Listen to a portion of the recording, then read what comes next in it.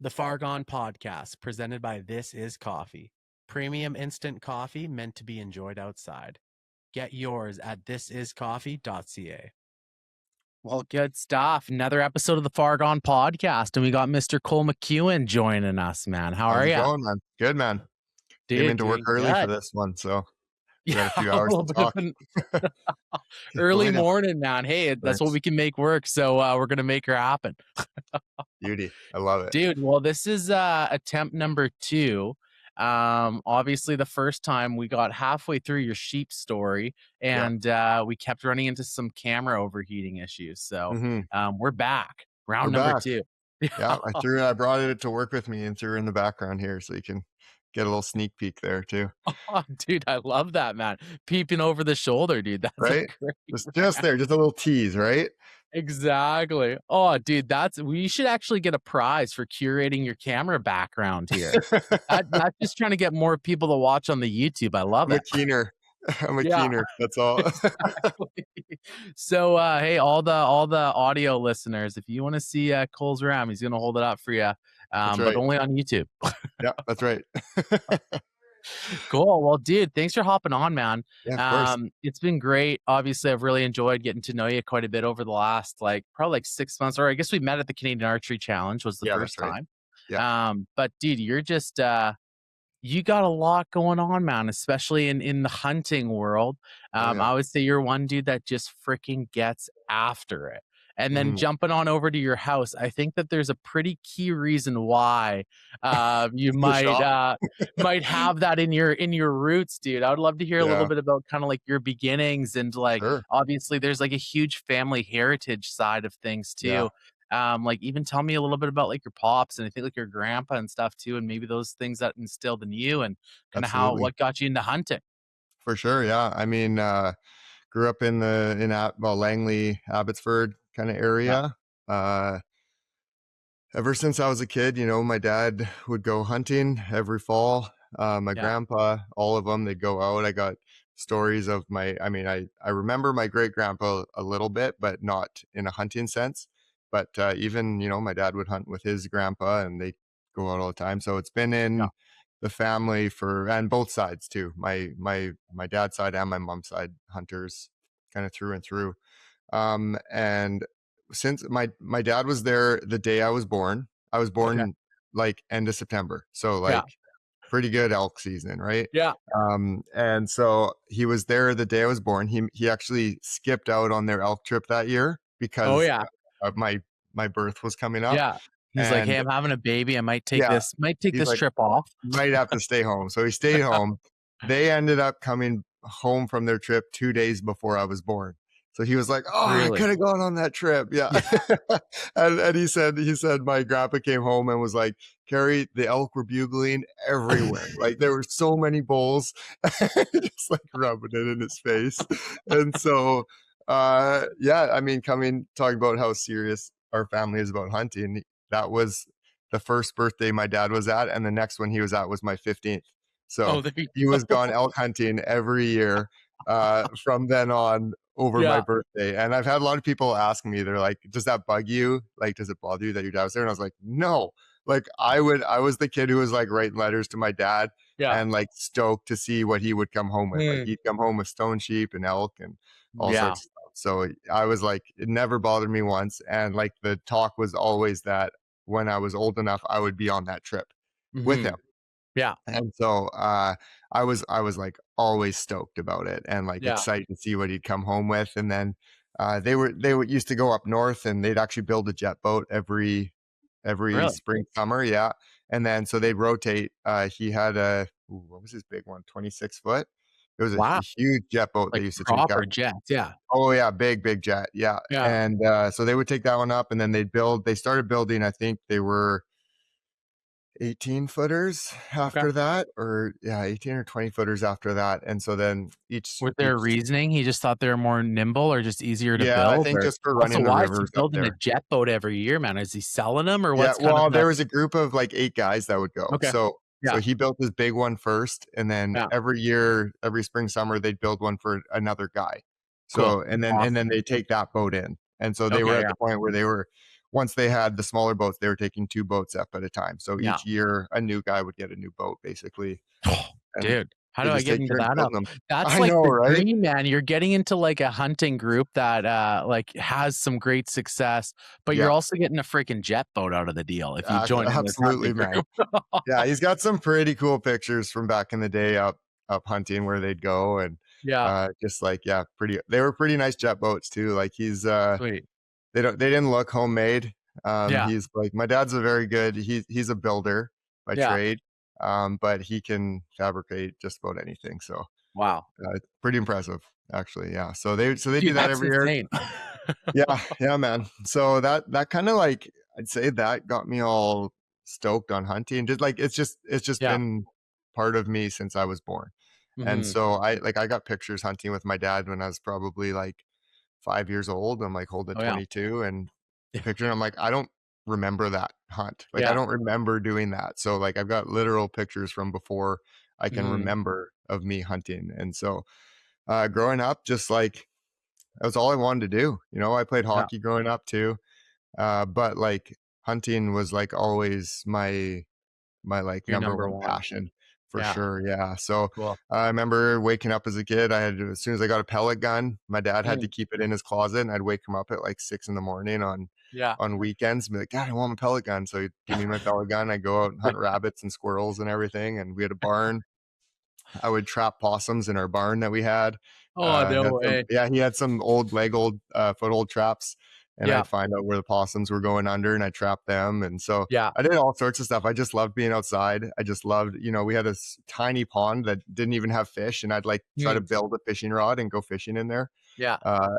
Like I have a fishing rod, but I'm like, no, I want to build one, Yeah, So like, exactly. and obviously never catch a fish there, but just anything I could Yeah. do outside was where I wanted to be, and that's what Dude, I that's wanted to do. awesome, So, man. yeah, as I What a got way to older, grow up too, eh? it was great. It was great. Like I wouldn't change it. Back in the day, the Fraser Valley wasn't like it is today. So Yeah. we always grew up. We had either can't remember how big our first property was, but then we moved on to a 10-acre property Yeah. and then a 5-acre property. We've kind of slowly gone down just Yeah. in size as time's gone on. Yeah. But yeah, we always had some property enough that we could ride a dirt bike or Yeah. shoot some pellet guns or whatever, right? So Dude, I build some freaking forts, love it. stuff like that. It was awesome. It was Yeah. great. And so I mean, like nowadays it's definitely a lot different where we live here. Mm. Yeah. And I'd like to get out of the Fraser Valley if I can, but got to convince my wife. that's the Dude, that's yeah, the there's hard 2 part. parts to that There's two. equation for sure. Yeah, kind of three. She's got a twin sister that lives like 15 minutes away. Yeah, exactly. So Yeah, so now you're gonna pull that one in and yeah, right. It's almost a three-part equation here. So it's Oh, good though. dude, I It's all love right. it, We man. got lots of family around and Yeah, stuff like that. So and you it's a guys good are in place a to live. sweet spot too, man. It's You pretty guys nice. are in a pretty sweet spot. Yeah, it is And pretty for nice. this Go ahead. Oh, I was just gonna say, and, like, where you're at too, it's not like you're obviously in Abbey, but it's not like you're, like, in, like, city center Abbey or anything No, like that no, too, yeah, right? Like we're on 3 acres where we live. yeah, yeah, Um, and we got family around, kind of got the family compound thing going on there. So heck yeah. got them babysitting for the girls, and it's There great. you go. It's good. Oh, Yeah. so good. So yeah. Dude, so do you even remember, I guess, like, your first hunt and everything? Like, if Um, you it kinda seems like you're just always in and around doing it, and I'm mhm, sure, like, your dad pulled you in, like, a couple times here and there and all of yeah. that stuff too, but do you remember, like, hey, like, this was, like, officially maybe you turned 10 or whatever, got your license for the first Yeah. time, and you're like, "This is my first hunt." Do you Mm. remember that, or is that Yeah, something that there's probably a few of them Okay. that would come to mind now Yeah, that I'm older. I don't necessarily remember which ones came first. yeah, I like if we're going like way back, like the first time I remember being out in the bush, yeah, would have been with my dad walking around with a 22. He had mhm, his rifle, and we were just walking around Spence's Bridge, like yeah, looking for sheep. Like yeah. obviously, when you have a 5-year-old with you, you're not going after a ram if he's way up on the mountain. Actually, you know what? My dad would. He would go after a ram for sure. Dude, He's I've like, actually got a "You're lot. staying in the truck, I'm Yeah. hiking." No, no, no, no. He'd say, "Sit against this tree. I'll be back in an hour." I say that because it happened hunting deer with my brother. I'll quickly tell this story. my dad denies that he was gone this long, but me and my brother remember. We were probably 9 and 11, something Yeah. like that. My brother's a couple years older than me, Yeah. and we were hunting Williams Lake. And with this area, you got to walk in quite a ways before you kind of Mhm. get to the hunting zone. And so we're walking in. It was a motorized closed vehicle, so we're Yeah. hiking in probably like 2K or something like that to where Mhm. you kind of start hunting, 2.5 maybe. And we get there, and there's this big buck across the field. He's standing Mhm. there, and we just get a glimpse of him, and he takes off into the trees. And Yeah. my dad lit it. This is like November. Okay. It's Okay. cold. It's It's snowing. freezing. It's snowing. Okay. And we're 9 years old and 11, somewhere Yeah. around that age. Yeah. And my dad goes, "Wait here. I'll be right back." And so he's like, "Don't move anywhere. Just stay here." We're like, "Oh, okay." So we just sit against this tree, and he takes off. And it was like hours, dude. It was at least an hour. He was gone. And he's like, "No, it wasn't that long. It wasn't." I'm like, "No, Dad, it was that long." We were Did he like, chase the buck? Did he get a crack he at it? didn't What even get a happened? crack. I think he got a glimpse of him, but he couldn't get a Yeah. shot. Oh, But yeah. like it was cold enough that my brother went into his pack and pulled out his like tinfoil or whatever, the survival heat shield Survival blanket, and blanket. opened it. And we were like shivering under this tree. And my dad got back and he was mad at us that we took this thing out. Why are you taking this out? We're like, "'Cause we're cold. We're kids." We're So 9 years old. I'm yeah. frozen. You left me here So for 3 hours, and I'm right? not allowed to take my blanket out of my back. No, no. Dude, there's actually it's funny because there's a few of those stories where he was like, you know, it's kind of in his nature. He just Yeah. likes when you're hunting, if you're alone, you're way quieter. It's Yeah. just easier to hunt by yourself, right? 100%. Yeah. So he's got lots of stories like that. I mean, one of them almost got him killed with a grizzly bear, but Oh, we dude, can are get you into that later if you can.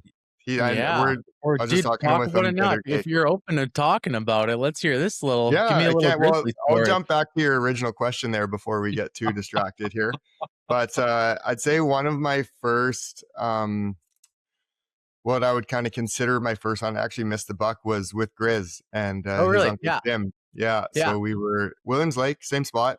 Yeah. Uh, and it was pretty dang cold on that trip. It Mm, was November. okay. I ended up getting bronchitis. And I Really? remember, yeah, I was eating those like porridge packets Yeah. for breakfast. And I remember going in the morning, kind of that I got sick, and we Mhm. got down towards the area where we start to hunt, and I just started throwing up. And I like threw up my Really? breakfast, like, yeah, Cool. everything. And when I was like, "Can Yeah. I go back?" And I was like, "I want to shoot a buck." Yeah. He's like, I'm committed. yeah, dude. He's like, "Okay." So we just went down to found this ridge. He built me a fire, Mm, and I just sat by the fire, and he just like kind of looped around, glassing. All of a sudden, he came yeah. running back, and he's like, "Let's go, let's go. There's a buck." And I was like, "Okay." So like Yeah. ran over, and it was probably 150 yards, Okay. maybe 200 yards, and I would have probably been 12 Okay. years old, maybe Yeah. somewhere around there. Um, and he got me set up. He set the pack down and put the gun on it. And then he said Mhm. to me, it was with a couple does, and he said, "Okay, wait till I get set up, and then I'll tell you when to shoot." And I just Yeah. was like, oh, like I was just like laser focused. I was like, "There's buck." Yeah. And I didn't hear him say, "Wait for me." I didn't hear any of Yeah. that. So I literally laid down on the gun, and all I remember is my crosshairs doing this. Yeah. And like over the ear, and I was like just trying to time it. I was like, bang, Yeah. and I shot. And he was like, he had taken like one step beside me, like wasn't even close to set up. Exactly. And I Yeah. completely missed this buck. It was like a nice 4-point buck. Yeah. Completely missed Oh, it. And so he's like, "Did you get it?" And I was like, he's like, "Why didn't you wait?" And I was like, I don't know. I just shot." And so he, I was excited. yeah, I was so excited. I had no idea. And I just fired the rifle. Yeah. And yes, I totally missed. He's like, "Well, which one did you aim at?" And I was like, "I don't know, the buck." Like, so I completely missed it, and it took off, and we Oh. never got it. I never shot anything on that trip. Oh, shoot. Either. I mean, I was pretty tent ridden after that. We basically Yeah. hiked back after that, and then I just was in the tent for the next couple days while everyone else hunted. So Yeah, Justin exactly. Grizz shot a buck on that trip. Oh, nice. That was his Awesome. first buck, and Oh, then heck yeah. yeah, I think my dad got one that trip as well. I think we had a Dude, couple. that's a Uh-huh. great trip then. It was good. Sorry that it didn't happen for you, but Oh yeah, no, it's funny like back in the day how you could go out and just get deer like that in November Yeah. and you're seeing 4 points, and it's a lot different now than it used to Yeah. be. That's for sure. Different program for sure. It is, yeah. Lots of different things, and maybe that's a Yeah, bigger conversation for a different day, but yeah. lots of different stuff. Yeah, absolutely, yeah. So I would say that was my, kinda I mean, I have a few that would be kind of the first official, like, Yeah. I'm shooter hunt. Mhm. I remember being with my dad when I was maybe 10 years old, Okay. 9 or 10, when he Yeah. shot just a little 2 point up by the cabin. Yeah. I was carrying around a 30-30 for that trip, but as soon as we saw Mhm. it, he just like threw up his gun and shot it. So I Yeah. think I mean, I carried a gun around a lot of years before I was allowed to shoot a deer, Mhm. just to learn how to handle Yeah. firearms and be safe Yeah. with them and stuff like that. So And yeah, was that, like, even stuff that your dad and stuff was trying to instill on you to be like, "Hey," absolutely. like, even Yeah, you even said, like, "Hey, we have a pellet gun, but, like, it's staying in my closet, yeah, like, under my supervision type of thing that we can pull yeah. this out." So, Yeah, yeah, firearm safety was big for us. dude, Very that's big, huge. just right from the start. So it was Yeah. never even like something I got to fool around with or be Mhm. dumb with. Yeah. It was just like right from the beginning. Mhm. Guns can be dangerous, but they can be safe. It just depends how you handle them. And so 100%. yeah, I learned that right away is absolutely. And, I've taken tons of people out shooting over the Yeah. years, a lot of people that have never shot guns or been Mhm. around them even. And it's like, if I take someone shooting, like before anyone gets to touch a gun, like Yeah. I would lay the guns out and Yeah. I walk through all the rules because I'm like, Yeah. this is like, we're pretty, I mean, we're not lucky to have guns, but Mhm. to be able to just go out and shoot and have fun Yeah. like that is a great time, but, like, there's rules because Yeah. you gotta be safe. You don't And wanna it be can doing change something like this too, right? So, absolutely, yeah, and people I just don't realize it. They're just like yeah. they shoot a target and they hit it and they're excited and they spin around holding Yeah. the gun or whatever, and, like, you just you just can't be too careful with guns. You really can't, and I think that's great, like, from learning it's from such a young age. Because I think, Mm, honestly, everyone that I know that's, like, grown up around not everyone, but for the most part, like, people who have grown up around firearms and stuff, like, they really do have that respect, like you're saying, like, yeah, for hey, whether it's a father or an uncle or a mom or whoever that's really instilling in them, like, from a young age, like, "Well, this is a really serious thing." And then mhm, it's awesome that we have so many people kinda coming in, and I'm one of those people that like, hey, came in their later years of life into hunting and fishing and all this different or hunting and firearms, I should say. yeah, And but like, hey, it is like something where you don't have that like 10-year-old like fear that you have of right, like, okay, I really gotta like make sure this is perfect because like this is a yeah, big responsibility. It's mhm, almost like when you see people pick up a firearm for the first time in their 20s, they're like, it's kind of like not that big of a responsibility. right, It's kind of like right. whatever. And you're like, Well no, dude, like one wrong move and this can severely change the whole mhm. trajectory of your life. Yeah. So, like, Yeah, I think a let's, lot of people's yeah. experience with firearms growing if you haven't grown up with them, is through Mhm. movies and stuff, and all you see in movies is people running around with guns, point them at each other, right? That's a You great don't point. and you don't actually see, like yeah, sure, someone gets shot and, like, you see it, you kinda get, like, numb to it a bit, I Yeah, would say, and so yeah, you don't really understand the severity of what a firearm can does to someone, right? And, like, exactly. how careful you actually need to be with them. Mhm. So, No, 100%. Yeah, yeah, it's wild, man. Dude, yeah. so you started getting introduced into it, went on your first hunt, kinda like what was it? You said, like, 13 or 15 type of thing? Yeah, well, Or probably like 10 or 11. yeah, Yeah, exactly. But yeah. sorry, first, like, harvest opportunity at, Yeah, like, kinda I would think I was 12. I okay, think I was yeah, 12. yeah. I Man, was I'm either I sucking was at the yeah, ages over here. I'm yeah, sorry, 11 dude. or 12, I don't know, you know what? It all blends together for me. I don't even know. Yeah. I think I was 13 when I shot my first animal, Okay, cool. first When you had that first harvestable opportunity, did that yeah. kind of plant this bug? Like, I know Oh, that you yeah. said when you were younger, you were, like, obviously doing everything, but, like, as soon as you, like, actually are able to pull the trigger on something, Mhm. like, in, like, a Yeah. big game animal, is that Mhm. kinda like where, "Hey, you know what? This bug is planted and, like, there ain't no moving it." I think it was already planted. Like, Oh, I yeah. think it was, like, from just, like, from growing up. I think a lot of it came from my dad coming home with elk every year, Yeah, with and sheep and then big bucks and, yeah. he hunt hunted a lot back in the day. Yeah. He still does, but, Yeah. um, I think that kind of planted the bug because, like, he'd get home and it was Mhm. time to cut meat. So I'm out there Yeah. cutting meat.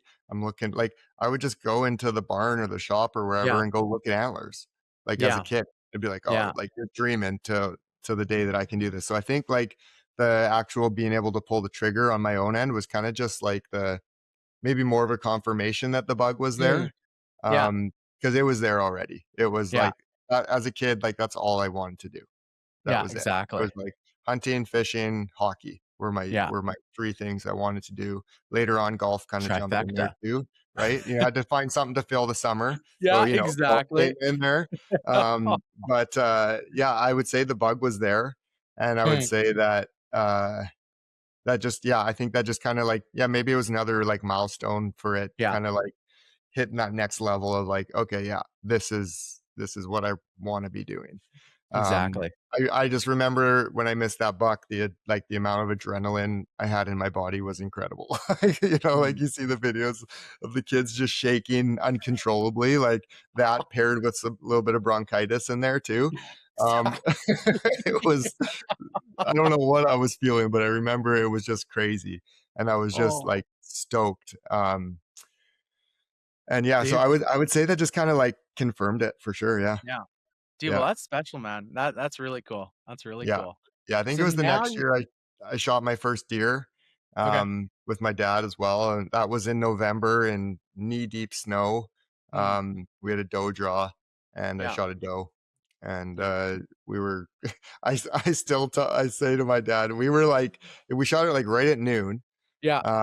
and we were probably a couple K from the truck, Okay. kinda, like, off this mountain, off the backside, Yeah. down, Yeah. and we stopped for lunch, and I just all of a sudden looked over and this deer was standing there like 100 yards Mm. away. This doe was just through this little opening. Yeah. And, still bug my dad today. I'm like, "You for sure saw that deer before I did, and you didn't wanna say anything because because we were so far back," and I'm like, "You definitely didn't wanna drag a doe out from there."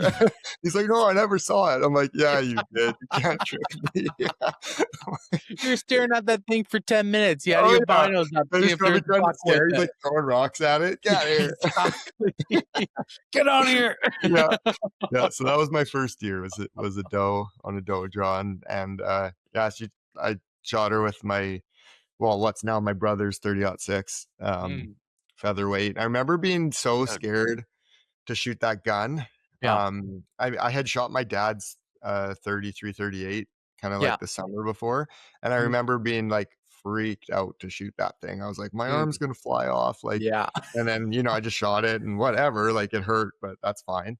And Yeah. then I remember going up But your hunting. arm's still attached. It's still attached. It's right Yeah. here. Yep, Yeah, still got it. exactly. Yeah, and I remember going up that day we were heading up, and, I was, like, super nervous to shoot something because I was Mm. still scared of the gun, like, and Yeah. I was like, "Oh, is it gonna hurt?" And I remember shooting that deer and then, Yeah. like, halfway down hiking to it going, "Wait, I didn't feel anything. I don't even remember the kick," because, the Yeah. adrenaline kicks in and Exactly.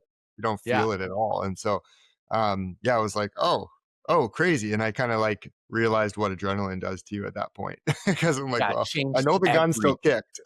Yeah, Right? Yeah, exactly. yeah. So, yeah, Nothing that was my changed on first the year. guns front, but a lot No. changed on Cole's front there. Yeah, that's right. Yeah, I remember, this was before the days of us quartering up animals, so Yeah. everything got gutted and drug out Mm. whole.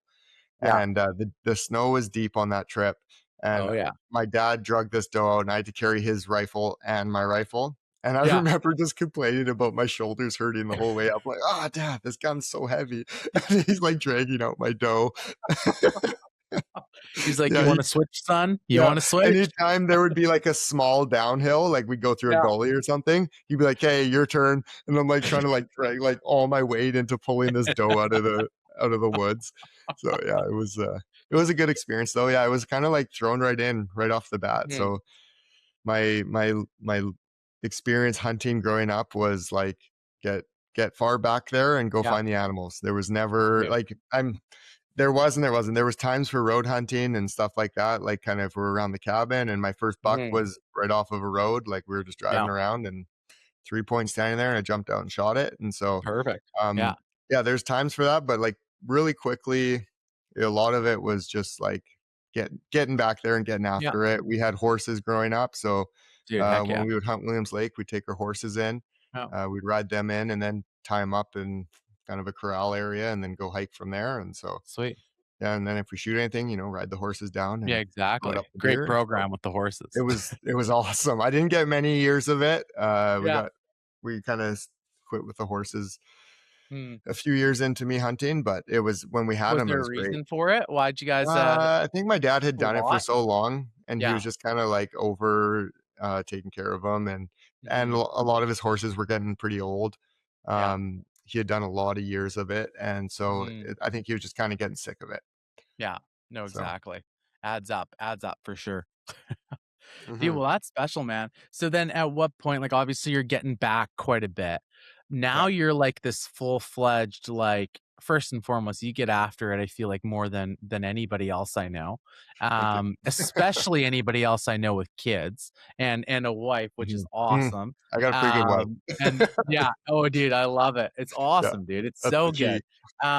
But then also too, man, like you're so vast in the amount of hunting that you're doing and the Mhm. different species. Like you talk with some Yeah, guys, right? They're like, "Hey, you can tell that at their core, they're like, I'm a mule deer hunter."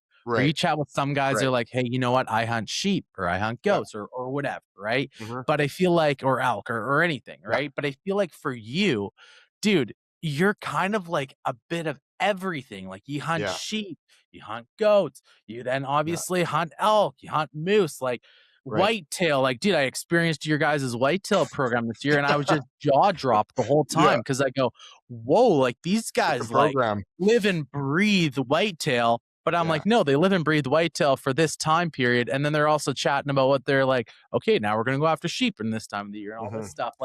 Like when did that kind of start coming in? Where like the full fledged addiction and yeah, also too, was there like a species that you kind of because like I said, for most people they do almost fantasize about like mhm, one certain species. yeah, But I feel like for you, it's like hunting as a whole, yeah, right? Like, yeah. was there a certain species? Was it like, okay, mule deer at first, like when I'm younger, like getting my first opportunities and then maybe adding in like a whitetail or something like that, and then kind of like trickling from there and then going on your Yeah. first sheep hunt, or how did all that look? Yeah, that's like a pretty loaded question, but I would say if you talked to me 10 years ago, it was Yeah. mule deer. It was Okay. just and that was like kind of from the start till about 10 years ago was like Mhm. mule deer. Not that I didn't hunt other animals in there, and not that I didn't harvest other animals. I shot my Yeah. first elk when I was 17, Okay. I think 17, my first goat when I was maybe 18 or 19. Okay. Um, moose was right around that area too, that Yeah. time. So like I did hunt other animals, but like mule deer definitely were like I Hmm. was after mule deer. Yeah. Um, uh, I would say that was kind of the start growing up. Mhm. Um, there's a few animals that, like, as a kid, I was like, "I wanna get one of those." Yeah. One was a grizzly bear, Okay. and we're gonna have to wait on that one still, Yeah. hopefully that comes back, but the Yeah. other one was specifically a Rocky Mountain bighorn sheep, Hmm. and I think the reason for that I was just chatting with some other guys, that I met up with just to talk hunting and stuff. Yeah. I think the reason for that was growing up watching my dad come home with all of these animals, I was like stoked on everything. Hmm. He hadn't shot a Rocky Mountain bighorn. He shot a Cali and Hmm. stones and all Yeah. like, I mean, I guess Cali and stones. I don't know if he's Yeah. got adult sheep, but he would shoot, shoot a sheep most years when he'd go up Yeah. for his elk. Yeah. And something about the Rocky and just the fact that he hadn't shot one yet, I think Yeah. really got me going. Like, I got to get one of these. Like, Yeah. this is what I want. And Yeah. then there You're was like, a I lot gotta of one years, up my pops here, dude. dude, I and that's hard to do. Well, you've Yeah. seen the shop. You've seen the shop. I've I'll seen the never shop. I'll That's never really pass an elk. difficult. Dude, it's crazy. It's crazy. There's antlers every and I don't even think we went and looked at the piles outside. No, we Um, didn't. no, No, we there's didn't. piles But of trust them. me, dude, if you allow us, dude, we're gonna do a video in that Yeah, shop. I'm Little for sure. story I'm in. time of Yeah, of the McEwen shop. absolutely. I'm down for sure. Maybe we'll have to get my grandpa down for that one too, because we got a Oh, few of it'd be his animals awesome. kicking Yeah. around there too. So I think that's what got me going on sheep. Hmm. And then there was but there's a lot of years I didn't really hunt sheep until I was maybe 23 or so, Yeah. 22, something like that. Um, I just but mule deer were kind of like the go-to, and then Mm. I've killed a handful of really nice bucks. Yeah. Nothing like giant, but Yeah. some really nice bucks, good respectable bucks. Yeah. Um, and I I growing up, we would go to the Kootenays every year. I'd shoot, Mhm. a spike or whitetail or a little 2 point or something. Yeah. But the odd time we'd get a good buck out there, but it was never like focusing on Mm. big whitetail bucks. It's just like shoot Yeah. whatever buck, get some meat. And then if Exactly. we bump into some elk, that's awesome. Yeah. Every once in a while we'd head way back the valley where, my dad used to hunt, and we get into more Mhm. elk back there, chase some bugles around. But it was pretty more just opportunistic for that kind Yeah. of hunting, whereas mule deer was very intentional. And so we'd be Mm. out in November and putting in our time, and you know, sometimes, I used to cover like I'd do a 20-kilometer day, just Mm. nonstop through, like especially in the rut, you can move all Yeah. day and you're always picking up deer. But Yeah. what I found was kind of my mule deer hunting journey. I remember the hunt I was on when I really slowed down, Okay. and I was hunting some pretty open area, but then I'd Yeah. hunt timber pockets between the openings. Yeah. And I remember the hunt when I specifically slowed down, and it was because I watched a really nice 4 point Mm. chase a couple does off into this patch of trees. And my dad and Yeah. I watched it, and we decided, okay, my dad's like, I'm gonna go around and hit this timber and work down, and Yeah. then you go in this side. And I was like, yep, sounds good to me. So when I got in, I was like, okay, I'm gonna like slow right down, because I used to just Yeah. cover ground, and I'd be like, Yeah. oh sweet, I saw 20 deer.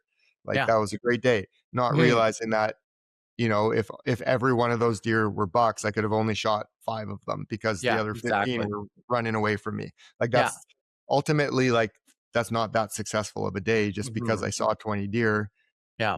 If I could only shoot or whatever that is, 10% of them, Yeah. that's not that great. Not great odds. Um, Yeah. no. So, um I remember the hunt. I slowed down and I just worked so Yeah. slow. Like, it was like Mm. 2 steps and glass, 2 Yeah. steps and glass, and like Still hunting really, that. dude, like still hunting. Like, Blacktail woods. Here like we like are. Now we're typical, yeah, talking.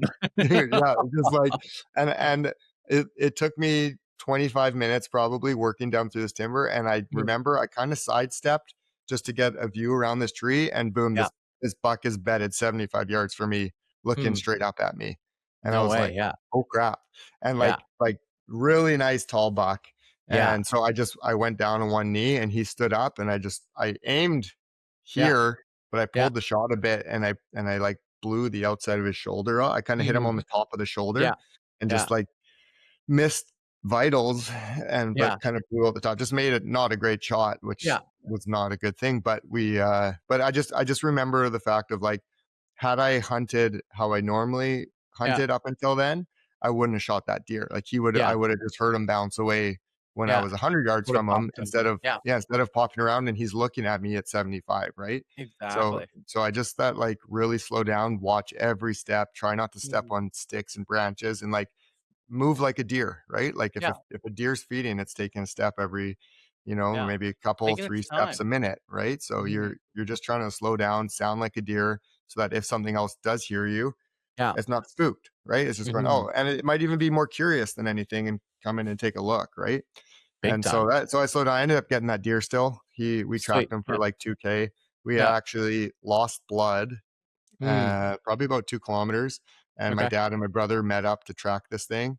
Yeah. And we lost blood. So then we just split up. And I Yeah. told my dad and brothers, like, you guys go hunt the evening. I'm gonna just keep looking for this thing all Yeah. day. And so we decided to like walk this hillside. It Yeah. was my brother was on top, and then me, and then my dad was below me. And we just Mhm. decided to walk, and I got like maybe like 150 yards from where we split up, and Yeah.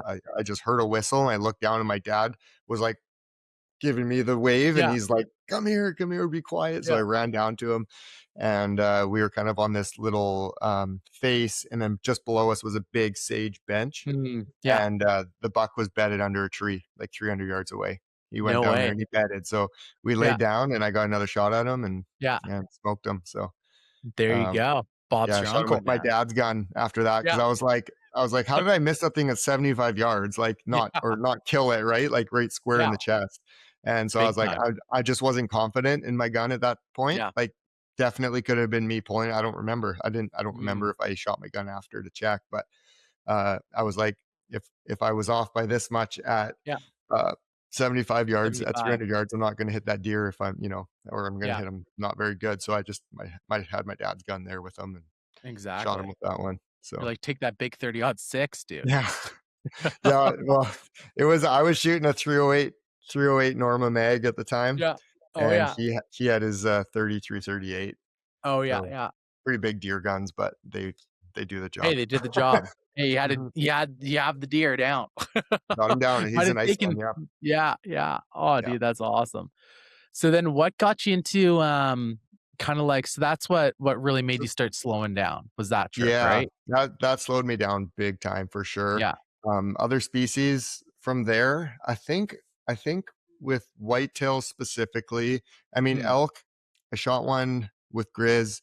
'kay. I had a goat draw. It was the third goat I had shot. Okay. And we went up, we scouted an area. We were also scouting alpine muleys at the time. Mhm. And him and I did we did like 3 or 4 years of alpine muley, found Yeah. some spots with some really big bucks. They just weren't Mhm. really hanging out there in September. Yeah. Like they'd be in there mostly in the summer. And Yeah, then exactly. come that September season, they'd kind of move off. And then I think they head back because I've hunted that area in October and seen lots of deer up in the alpine Yeah.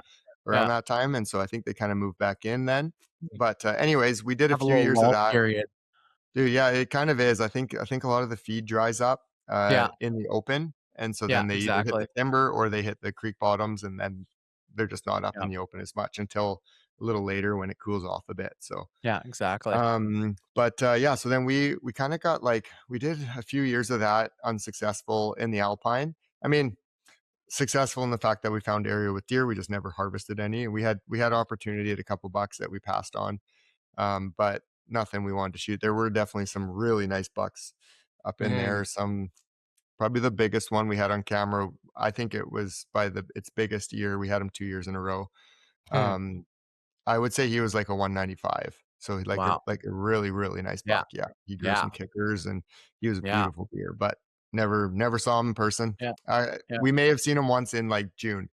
Okay. But at that point, he's just a big giant 4 point, so it's Yeah, hard to tell exactly. exactly what he turned into.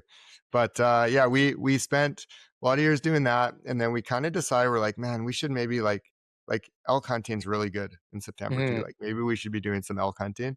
And Yeah. so that next year, I ended up drawing a goat tag, Okay. uh, kind of in one of the areas where we wanted to do some alpine hunting as well. So we're like, Yeah. "Okay, well, we'll do another year of alpine hunting, Yeah. and then we'll go from there." So we went out, set up camp, scouted it, lots of grizzly bear tracks. We never saw grizzly bears. One giant bear followed us in the first time we ever went in.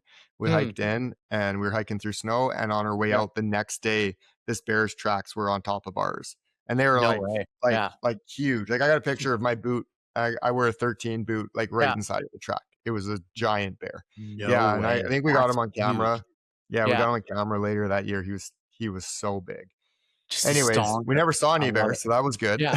Yeah. But With you knew my they luck, were around. usually I would bump into them, but I didn't Yeah. this time. And so, anyways, we ended up going in there for opener. Didn't Yeah. see the goats where we normally see them, but we saw a Yeah. big group of goats in another area. So we're like, Yeah. well, let's go, let's get up there. So we ran up there Exactly. opening day. I shot one at like noon opening Yeah. day, backed it down Dude. to the truck. Dude, it was like Yeah. we left at 5 a.m. from camp, got back to camp at 5 p.m. and Yeah. then quadded Awesome. back to the truck. And we're like, hey, well, we got 3 days to hunt. Yeah. Let's go. So we just packed up and we ripped over to kind of an elk zone Okay. and got in there for some archery elk. And I ended up killing Yeah. an elk 2 days later. And What a so trip. dude, what a trip. Yeah, I mean, I was, like, cow chirping and stuff, but it wasn't Yeah. like your typical, like, bugle a bull in, but I Yeah. definitely brought the herd over to me. There's about 10 cows in this bull, Nice. and, Yeah. I ended up getting a shot at him, nice 6 point, put him down. So that kinda, like, really got me going on elk again. Like, I hadn't Yeah. hunted them since I mean, I had hunted them here and there, but, um, that one really got me going on elk. That was Okay. 2019 or 18, somewhere Yeah. in there. And so just I think having the elk meat and being like, "Man, this is good."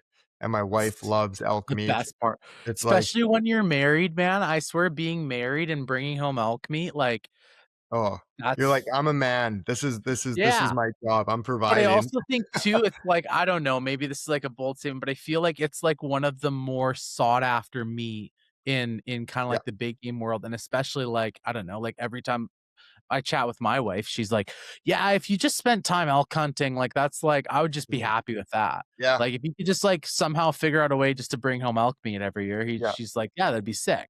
It's pretty hard to beat. It like that's what my wife and I have lived off of since we got married, Mhm. basically. Yeah, It's been just like we don't buy meat other than yeah, like some chicken here and there.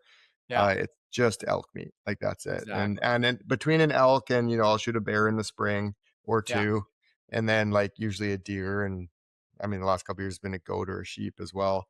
yeah, um, that kinda gets us through the year, and mhm, that's what we live off of until the next season when I'm out hunting again and get exactly. more meat. So, I didn't shoot an elk this year, so we're like my wife's like, "Dang, I have to buy meat? Like, this is the worst." Like, we haven't had to do this. So, She's yeah, like, "I we're forgot what these aisles looked like in the right? grocery store, and Yeah, now I gotta honestly. relearn them." And the prices too, you're like, "Oh my goodness." Like, Yeah, not that hunting makes it cheaper, but, like, it's a hobby that also has a benefit yeah, at the end of it, so, yeah, yeah. Yeah, so I'd big say time. I'd say for elk, that hunt kinda got me going again, and then, like Okay, I said, the meat part of it was just like, yeah, we were eating just it, my wife's massive. like, "This is so good, like, you gotta do this every year," and I was like, Mhm. "Okay, fine, I guess I'll go Well, elk hunting you have every to twist year." my freaking leg here, eh? Yeah, yeah, so that would be my kinda the one that got me going on elk again. Right. Yeah, um Sheep was always there. I always wanted sheep. I put a lot of years into hunting some open yeah, season areas. Um, from when I kind of first seriously started hunting sheep till I killed one was I think it was 11 years. It was 11 or mm, 12 years for me. wow, yeah, I remember hunting with Davey, yeah, Davey there. Uh, the very him and I did our kind of our first serious sheep hunt together in that zone. yeah, yeah. And he was like, "Okay, I heard a stat on how many years it takes you to kill your first ram." And he's like, I was like, "Well, what is it?" And he's like, "Oh, I'm not going to tell you. I'm going to wait and just see." And I was like, "Come on, tell me, tell me." And he wouldn't tell me. And I get The seven. classic He Davy move, eh? classic Davey move. Yeah, and he wouldn't tell me. And so I guess once I did kill my ram at 11 or 12 years, whatever it was, Yeah. he finally told me, he's like, "Oh, it's 7 years." And I was like, "Oh, dang it. I didn't even get close." Yeah, exactly. Yeah. Add a couple years on that one. Right? Yeah, yeah, I'd say, like, I I I feel like I could have put in that time to stone sheep hunting and been successful faster, Yeah, maybe, but I just, like it's still something about a Rocky Mountain in my yeah. mind that's like, Well, you dude, you're can't trying to beat one them. up the pops, dude. That's You right, have I've to. You done it have to twice bring now. yeah, you have to bring it to the McEwen name, man. That's right, yeah, we didn't have any Rockies in the family, so I had Yeah, to take care of that. Yeah, so exactly. You're like, "Hey, I know my purpose here, and I'm gonna accomplish this. It might take that's me right. 11 years to do it, but I'm gonna do it." Dude, it was a journey. It was a journey. Yeah, There was a few years. It wasn't 11 years straight of hunting, yeah. but it was 11 years from my first hunt until, like, Mhm. kinda till it happened, but, And in it that was time period, did you get some, like did you get close or oh, anything yeah, like that? all the Or time. was it like or like, kind of what happened? Maybe run me So through a story or 2 of in that lull period before you kinda yeah, made it happen. yeah, I went in pretty green to sheep Yeah, hunting other than, just small advice here and there from my yeah, dad, but most of his advice was, stone sheep mhm, hunting advice, which is like, yeah, you can translate some stuff into Rocky hunting for sure. yeah, But, not a whole lot. I mean, he gave me a few tips on Rockies and stuff, and especially the yeah, zone I was hunting. A lot of like, well, those big guys like they live in the timber, they're smart, yeah, they'll come out more in the rut. He's like, they might just be in a little crevice, and every once in a while they make an appearance, and so they're yeah, hard to find. Lots of glassing, mhm, and that's for yeah, sure the case. Um, you see a lot of sheep there. hmm, That's not a problem. The very first hunt we did, we saw 39 ewes and lambs and 40 rams. So wow, just crazy. sheep all over the place. Problem Yeah, is, I think we saw one legal ram on that hunt. Hmm. Davey doesn't think we saw one legal ram on that Yeah. hunt. We had different opinions. We never had the proper angle to confirm. We're just Yeah. going off of like, oh, that ram's giant.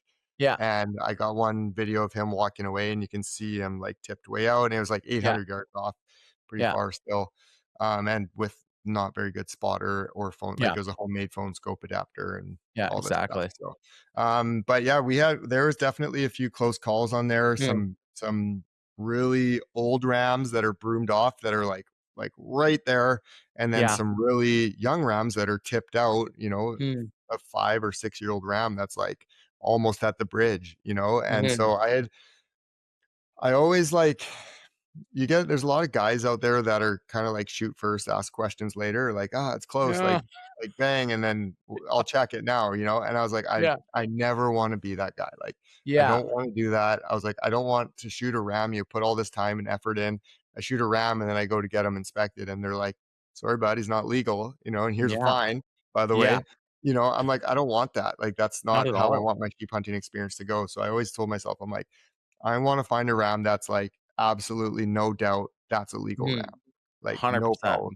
And Yeah. I'm going like I'm a guy hunting sheep who's never put his hand on a dead ram, like other Yeah. than like some horns that I can pick up, but like Yeah. I've never seen a full ram intact. I've never seen someone Hmm. shoot one.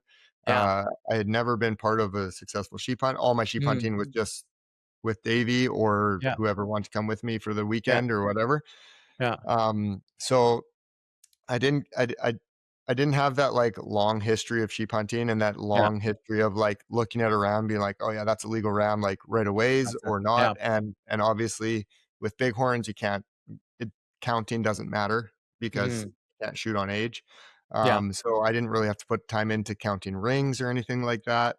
Mhm. It's just based on the horn curl. So, Yeah. uh definitely had some rams. I had one, the probably still one of the biggest rams I've ever seen in there. I was with Mm. Davey, and Yeah. there's a lot of guys that hunt the zone, so Yeah. and me personally, I like to get away from them. So I was like, you Yeah. know what? Picked a spot on a map, and I was like, let's just go. So we just threw the backpacks on, hiked in. It was like 3 valleys over, and trying to get away from people. And we Mhm. get there, get down to this face where we can kind of gloss this valley coming up towards us. Yeah. And I sit down and I grab my binos and I put them up like almost directly onto a giant ram. And Hmm. my very first thought actually Yeah. was, oh, there's a ram. He's not that big, but it's Yeah. a ram.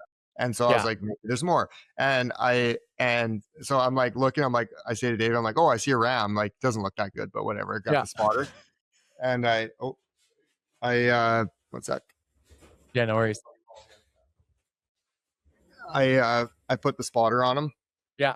and I'm like, holy crap. I'm like, that thing's massive, like giant bases, big old ram, all Yeah. totally solo, all by himself, Yeah. bedded on this like little tiny finger ridge Mm. spine Yeah. that comes down. And so we're kind of still up above him at about 800 yards or so. Yeah. And so I worked down to 400 yards probably and got as Mhm. level as I could with him. And we watched him for like 4 hours. Hmm. And I just never got the look that like I was convinced on. Yeah. Um, Looking back, maybe he was like almost right at the bridge, and like Mhm. some guys will be like, "Oh yeah, once you take the hide off, he's legal or whatever." Yeah. But again, I couldn't bring myself to be Yeah. the guy that's like, "Oh yeah, once I take the hide off, he'll be there." Yeah. Like I was like, "No, I want to shoot one he's Make passed, sure. when I Yeah. shoot one." So, yeah, that was a hard one to walk away from. I feel like that's like a tough thing to be looking at a Mm. ram and just being like, "No, he's not legal," like, and just turning Yeah. and walking away, like, Yeah. you Yeah. feel like if I look long enough, maybe he'll get there, but they never Yeah. do, and so, um, yeah, it was, that was definitely a tough thing to, like, walk away from a ram like that and just Yeah. being like, "I hope I find a bigger one." Like, Yeah. probably not, Exactly. right? It kind of feels like that's the biggest one in the zone, so, yeah, we had a few of those. We had a few young Mm. ones that I had one time I was sitting there talking to a guy, it was opening day. Yeah. Davey and I had been in there the night before and seen what looked like a good ram. He was way Yeah. below us, Okay. and so, uh I was sitting there opening day, had a hunter come in above me. I had been Yeah. there since it was dark. I was like, I'm Yeah. going to be the first one in here. I hate getting beat to spots. So Oh yeah. I was the first one in there. Someone drove past my truck, parked like the end of the road was only like 50 yards or 100 yards Mhm. further, parked at the end, and then just walked right in and came in right on top of me. But we Yeah. were sitting there talking, and I was kind of below the hill looking up at this guy as we were Yeah. talking, and I hear like a crack, and I look like almost directly past his head, and there's Mm. like, what was there, 7 rams up there just No cracking heads way. together right on the top of the Yeah. ridge. And I was like, Yeah. hey, dude, got to stop you here. I got to go after those sheep right there. And he Yeah. was like, oh, yeah, Exactly. go, like, get up there. So Davey and I went up. Davey came in after. I went up by myself Okay. because he was in another zone. I texted him, and he Yeah. came over to where I was and snuck in with me. And Mm. we got in on him, and there's like a 6-year-old that was, again, like that half inch short Mhm. of Yeah. being right there. He was close. And while we were watching them, we actually had a cougar kitten walk like probably like 10 yards from us, came right up No through. way. Yeah, where we No were. Yeah, it's way. pretty cool. And both That's the guns wild. were on the other side of Davy. And I was like, Yeah. dude, pass me a gun. Like, I don't know where mama is. Like, Yeah. I want to Oh be yeah. ready just in case, you know? And so I'm Yeah. like, pass me a gun. He's like whipping out his video camera. It's like I gotta film it. Yeah, I Instagrammable think he moment just got like right a here. small clip of it taken off. Yeah. And then I think as soon as it was gone, he was like, "Oh, wait, where's the mom?" Like this thing had spots and everything. Like it was a first year Wow. cat. Yeah, Yeah, it was a yeah. freshie. And Oh, so then he dropped the gun just to be safe. But yeah, I got a few big time. stories of cats in there too. I actually had the one ram that I thought was legal that Davey didn't. I think that was on our first Yeah, hunt. It was the last day of yeah, our first hunt. We ended up going after it anyways because he's like, "Well, if you mm, think it's legal, like let's just go." So we started yeah, walking ridges and we caught up to the group. There's 14 rams in the band, yeah, and we caught up to them bedded, and we couldn't see the ram, the big one, but we mhm, could see like 6 or 7 of the rams. They were right on this finger ridge wrapping it, yeah, and eventually exactly. they got up and fed down. So we went to the next ridge, caught them again, Yeah, never saw the big one again, and then all of a sudden they just bolted. The hmm, rams just ran. We are like, oh shoot. So we yeah, ran down this ridge. I popped my head over the side and I caught movement. I'm like, okay, there they are. yeah, And all of a sudden it walked through an opening. It was a big cat. huh, Walked right through. So a cat had come in yeah, and chased these sheep exactly. right out of the country. They were gone. So Yeah, that kind of we never got another look at that big ram. That kind of ended the oh, hunt on that one. But there's definitely quite a few cats hanging out in there, especially with the yeah, sheep numbers, right? Big sheep oh, numbers, big big time. cat numbers kind of thing. So Dude, yeah. wild. Dude, those are Yeah. some good those good stories, and then eventually you made it happen. Made it happen, man. And that was definitely And with a honest lot of on you didn't just make it happen on, like, a barely legal, like, "Oh, no. yeah, like, it's good, Yeah. oh, cut the hide off and you're right Right. there," like, No, you made he's it like an inch happen and a half. properly. Yeah, he's like an inch and a half past the bridge on the one side. He's Yeah, very, very nice. Yeah, he made Boone and Crockett, obviously BC book and everything. yeah, He's kinda like the dream ram, right? Like, dude. talking to a lot of Yeah. guys, they're like, "You're not getting one bigger than that." I was like, "Wait, if I don't, that's okay. That's Yeah. okay. It's a beautiful ram." So, yeah, he's really nice. I definitely had a lot of help from some experienced sheep hunters, Mm, which helped out big time. yeah, Yeah, we kind of went in. I wanted to hit the last like I had always heard that the end of the season was best there, so I wanted yeah, to hit the last few days of it, yeah, and so yeah, I just went in and was seeing guys all over glassing for sheep, and so I actually mm, met some guys that I'm good buddies with now, sweet, and awesome. which is great. But I'd kind of like again, I just want to get away from people. So Yeah, Emery Will came in to hunt with me, cool. and we went in to go hike into his zone, and a couple buddies popped in behind us, like as we Yeah, were getting our backpacks on, and we're like, "Well, we're going to the same place. Let's go yeah, together, right?" And they had actually seen a couple legal rams in there, which mm, we didn't know at the time, yeah, but they decided they wanted to go in, so we hiked in together, worked our way down. We actually thought we were going separate drainages, but okay, I mean, I called them different names than what they called them. I thought yeah, they had different names. So we ended up both wanting to go to the same spot. So they're like, well, yeah, let's just go together. yeah, And halfway exactly. down, it was yeah, with Matt McCabe and Nick Millick there. They were the boys we Cool. met. Matt was like, "Hey, have you ever killed a ram?" And I was like, "No, I've been trying for a while." He's like, Okay, well, there's two legal ones down there, so he's like, "You'll be second shooter if, Yeah. if Nick doesn't You're like, want "I'm it," or 11 years into this yeah, journey." well, "Throw me a bone here, boys." Yeah, So, exactly. yeah, so we ended up hiking way down there, and, we got in on the group, and there was Hmm, actually 2 rams. Nick was mostly interested in the one I ended up shooting a couple days hmm, later, but, mhm. we got in on the other group, and the legal ram in that group popped out. Nick and I Hmm. got into, like, 10 yards on this thing. And, Wow. yeah, and he just, like, popped up over the hill, and Nick was like, "Yep, bang, smokes this thing." So, Yeah, we shot that, had to pack that guy out, spent yeah. the rest of that day and the next day basically getting that ram out of there. Mhm. So that was my first time seeing like being Like a part dead of a ram. harvest and like Yeah, being able to like hold a ram and being like, and I'm cool. like looking at this thing like on the ground and I'm like, that's legal? Like that ram Yeah, is legal? What? Like yeah, it was like kind of just like at the bridge. It ended up being legal by I don't know, maybe like 3/8 of an inch or like just but yeah, like Nick's a very experienced sheep hunter and yeah, he yeah, made that call, right? And exactly. so where I was at least at that point a lot less confident to make that call. Mhm, mhm. And so, yeah, he shot this thing, and it kinda gave me some Dude. confidence, a bit of a Yeah, confidence boost of what I was looking at, and so they were like, exactly. "Well, we got And out of probably there." that you're like, "Hey, it's possible, like, I'm here, I'm a part Yeah, of this for the first yeah, time, and, first like, hey, time like, ever. now I just gotta make this happen for myself here." Absolutely, yeah, and Yeah. knowing there was 2 legal rams in that same Mhm. spot was also, like, a Yeah. huge thing. So I talked to Nick and Matt, and I was like on the way out, and they're like, "Well, good luck, guys." I'm like, "Well, what would you guys do?" Because my plan was to hike straight back in, but you Yeah. can also glass this spot from another area. And Yeah. so they're like, "Go glass it," but like, don't Yeah. just hike in there, go glass. And I was like, "Okay, you guys have killed more sheep than me. I Yeah. mean, anyone that's killed a sheep had killed more sheep than me at that point." Yeah. So I was like, I can listen when someone's got advice. So we went Exactly. back and we glassed it, and that night we glassed them up Mm. and went in the next morning and killed them that morning, just Awesome. whatever, an hour into daylight, Yeah. 400 yards. We just worked in closer and closer until we got there, Dude, yeah, he walked across at 400, and I shot him. and you made it So happen. made it happen, Oh. man. It was a crazy feeling. It was very surreal, Hmm. walking up to that ram, like even just seeing him.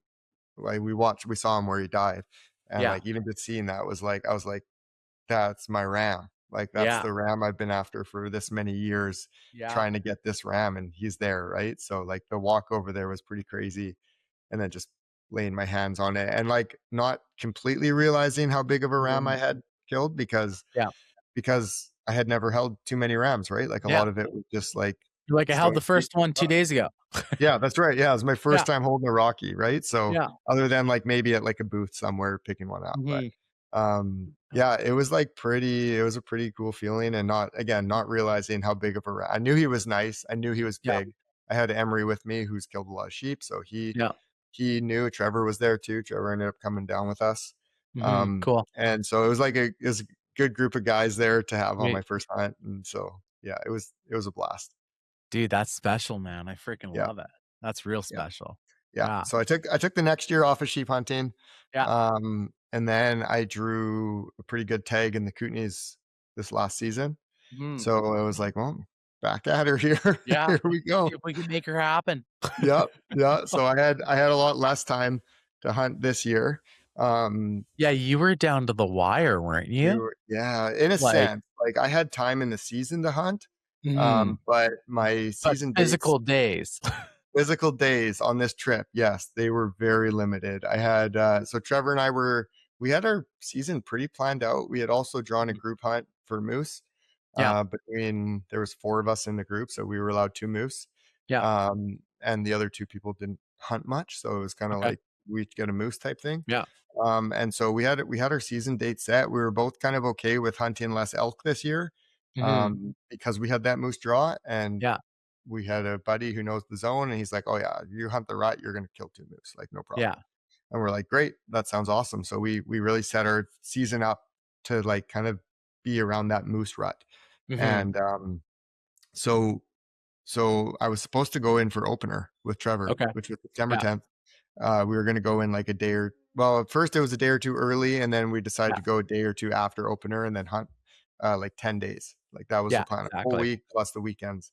And Yeah. it's a huge zone, and you can go as far as you want. or as far as Awesome. you physically can, I should say, Yeah. because sometimes you Yeah. can't even go as far as you want. Yeah. Um, Exactly. and so anyways, it was like 2 or 3 days before we were supposed to go, and Trevor, like, broke his foot and Hmm. a bunch of ligaments and tendons, Yeah. and kinda just messed the whole thing up. And Yeah, so exactly. he could, like, barely walk. He was in an air boot for a while, so we ended Mhm. up kinda It's just like, "I'm doing not small sheep hunts. hunting in an air boot, dude. I don't know what to tell you." Dude, it was rough. He had, like, his little eye walk thing too. I think Yeah. we talked about that. Yeah, I was trying to hunt in that. It was pretty funny. But also I felt bad for him. Yeah. Well, for But, sure. yeah, so it kinda messed the dates up with everything in the Mm. sense that, and then, like, my work schedule also kinda got busy at the time Yeah. too. It was a little bit of everything kinda, like, pushed our season dates around. And Mhm. so, my brother-in-law was out there hunting elk, and I had talked with him, and I was like, "Oh, yeah, Trevor can't go, he wrecked his foot," and he's like, "I'll go Yeah. with you." And I was Yeah. like, "Sure, yeah, that sounds Let's great," make it like, happen. I gotta Yeah. find someone. I'm And looking so for somebody. yeah, so he's like, "Okay, well, I'll go for my elk hunt, and then after my elk hunt, we can go in for your sheep hunt." And I was like, Mhm. "Sounds good." So I went out there over the weekend. He was elk hunting until, like, the Yeah. Sunday, or yeah, he Mhm. was coming out Sunday night. And so, he came out Sunday night, we met up, and he was like, "Yeah, I gotta go home. I got work." Yeah. Work stuff came up, and I was like, "Oh, okay, great. You I guess I gotta figure this out." So, Yeah. yeah, I was having a bit of a pity party there by myself, trying to figure out what to do because it's a zone I've hunted before and seen lots of grizzly bears, and I was like, Yeah. "Ah, I don't like, it's not worth Don't it for wanna me to go in by myself, like, I gotta have Yeah. someone with me." Yeah. And so, I tried a few guys. Trevor obviously couldn't, like, he was there Mhm. in the Kootenays, but there's no way he could have made it in with his foot in the condition it Yeah. was in. And so yeah, I tried a few guys. I tried Emery. I tried some of Emery's buddies that I had never even met, Yeah. who kind of lived Dude, you locally. even And gave me a call, man. dude, everyone. I was like, who can come sheep hunting with me? I got like, I'm already here. Like, I already drove 10 hours to get to this area, and Yeah. now I'm just sitting here wasting days, right? And so Mhm. I was like this close to just going home. And I was Yeah. like, if I go home now, I can still work, 3 or 4 days this week, and Yeah. then I can kinda save that time off for later when I can get Yeah. someone to go with me. Um, Exactly. but I gave Emery one more call, and he wasn't even home. He was in Chetwynd when Yeah. I called him, and I was like, "Dude, I can't find anyone." And he was like, Yeah. "Okay, I'll come." And I was I'll like, "Are make it you happen. dude?" I was like, "Are Yeah. you serious?" So, yeah, he drove 12 hours through the Wow. night basically to get to where I was. What a legend. Um, That's Dude, what awesome. a legend, just incredible friend. Yeah, I was like, You're the best." Yeah. So yeah, we met up, threw together our stuff. He, like, didn't even have half his stuff. He Mhm. had because he just came straight there. He didn't go back home to get Yeah. anything. He just because Yeah. he actually ended up going into Alberta and driving down south Mm. that way. Yeah. And so, yeah, he came up, and we joined up, and we literally he got there, we packed packs that night, and Mm. we hiked in the next morning. Yeah. And so it was like last minute, no water up where I was going. So Mm. we had to pack all our water in as well. So we had some pretty heavy Heavy packs pack. going in. Yeah. Yeah. Yeah. We hiked in, and first evening wasn't even yeah, we got up there midday, took a bit to Yeah. get up to the top, but we got up there about midday, and then we had to cut across this bowl, and, Mm. about halfway across the bowl, I turned around and looked back, like, into the bottom, I caught movement. My Yeah. first thought, it was, like, kind of in some willows, and I was like, "Oh, it's gonna be Okay. a bear," and I Yeah. threw up the binos, and Yeah. it was just like, ram, ram, ram, ram. Yeah. There ended up being 5 rams down the bottom, and so Wow. they were kind of yeah, I was, like, Yeah. shocked to see them where they You're like, were, "That's but way better than a bear." dude, way better, way better. So they were kinda working our direction through the bottom, and there was a lot of Mhm. little, finger ridges, so they'd Mhm. disappear, and then we'd catch them coming down the face of the next one, disappear, Yeah. down the face of the next one. So we were trying to get them on the spotter. We got, like, one decent, video of them coming through, Cool. and we had 4 days. So Okay. this was already day 1, like, Yeah. including the hiking in day, right? So we basically Mhm. had 3 days to hunt. Yeah. Kinda 2 with hiking out, taking a full day. We basically Yeah. had 2 days to hunt. So we, we spotted them. We got enough of a look at them to Okay. decide, like, we obviously couldn't tell legal or not legal because they were so Yeah. far below us, but Yeah. we got enough of a look at them that Emery and I both kinda went, I don't think there's one that would be worth shooting." It was Yeah. just the feeling both of us got. Yeah. And so, especially the zone I was in, like there's some very big rams in there. Like this Mhm. ram's not as big as they get Yeah. in that zone, but I didn't have time. So I was Yeah. like, that ram's for what I have for Yeah. time. This is the ram I'm taking. Absolutely. Yeah. So, yeah, we decided to move on. And that was the first night. Mhm. Kind of again, walking away from sheep. We hadn't even Yeah. confirmed if there was a legal ram in there. One of them could have been like he was Yeah. a decent looking ram, but if he was legal, he was kind of just legal. Yeah. Um, Exactly. and so we moved on. We got to our first camp that night on the ridge, Mhm. and that evening we glassed up a grizzly bear, Yeah. like Awesome. 800 yards away from us, like Yeah. just across the valley, kind of Great working our feeling. direction. Yeah. Dude, I don't like grizzly bears. I don't. Yeah. Yeah, yeah, for good reasons too. So, Yeah. so anyways, we watched that grizzly bear till dark, and it was kind of staying at that Mm. 700-yard range. So we're like, well, Yeah. let's hope it stays there overnight. And we had good wind, Exactly. which was nice too. So it wasn't sending our breeze wasn't heading over to it, which is good. But Mhm. yeah, we spent that night, woke up, and we really wanted to be on that ridge that night Mm. because the morning glass, the sun would be behind us and we'd be glassing Yeah. away from us. So it just, Exactly. instead of having the sun in our eyes glassing, we got it at our back. So, Mhm. yeah, we woke up in the morning, just started glassing, and Yeah. probably like 40 minutes or so, and the sun peaked up over and hit the far side. And then Yeah. Emery picked up the ram that I ended up shooting with Mm. two other rams. There's three of them Okay. total or four of them. There might have been four of them. I can't Yeah. remember now. Yeah. I got anyways, there was a band there. And Yeah. so, he picked them up and I picked up a few other sheep, but the sheep I picked up were like probably 10 kilometers away. Like they were Yeah. way out there, way out there. Mhm. And these ones that he saw, I want to say we were about 3 or 4K from these ones. Okay. Yeah. So pretty far, but enough Yeah. that you could see that they were maybe we were about 3K. Yeah. Um, enough that you could tell there was a good ram. We actually Yeah. thought my ram was broomed off heavy. Mm. Because at Yeah. that distance and the light and heat waves and stuff, you don't get a Yeah. full vision of the curl of the horn. So we couldn't see his tips. We're like, wow, that's a huge ram, and he's just Yeah. broomed off like crazy. Yeah. And then there was another ram in there that looked tipped out. And we're like, okay, Mhm. that ram's probably legal. Like he looks Yeah. like he could be legal at least. Like he's Yeah. got tips, and then a small one. So I think there was three rams, Okay. Yeah. or maybe it was two small ones. I don't remember now. So Yeah. we're like, well, let's go. So it's Yeah. like back up, and it was kind of the direction we had to basically go to get out of. Well, not to get out of there, but that was that was the plan on where we were going to go hunt. Yeah. So we hiked over there and got. We were probably maybe a kilometer and a half, Mhm. maybe 2 kilometers when we glassed them again. Okay. And the big ram was gone out of the group.